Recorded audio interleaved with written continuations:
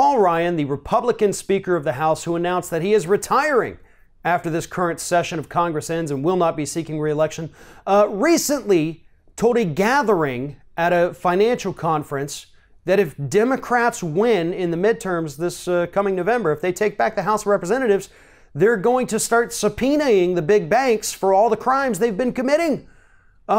So first, let's read Ryan's exact quote here. It says, you'll have gridlock, you'll have subpoenas. You'll have subpoenas. Not they might subpoena you.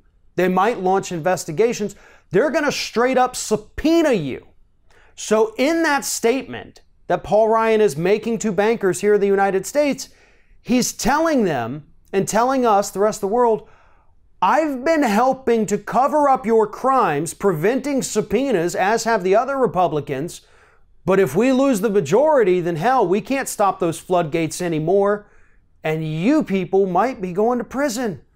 So I think the big question at this point is, what are Paul Ryan and the Republicans covering up from these bankers?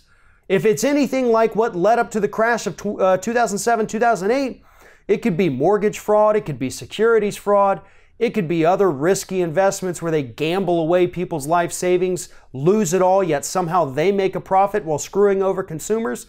I'm willing to bet it's a little bit of all of that, because the banks never changed their ways, because nobody was ever held accountable and nobody ever went to prison except for people who decided to take money from rich people. So what is Paul Ryan hiding? What are the Republicans covering up? And why would he say that these bankers are going to face subpoenas if Democrats take back the House? Now, there is a very slim possibility that Paul Ryan was just trying to spook them a little bit so they would open up their wallets and give more money to Republicans as we head closer and closer to the midterms. But I think he spoke the truth right there for one of the first times in his career. I think he understands that the banks have been committing criminal activities, and that the only thing that stopped full-blown investigations are those disgusting Republicans that we have in Congress who are more than willing to take bankers' money and ignore the corruption in that industry as long as it means they get to keep their office for another 2 more years.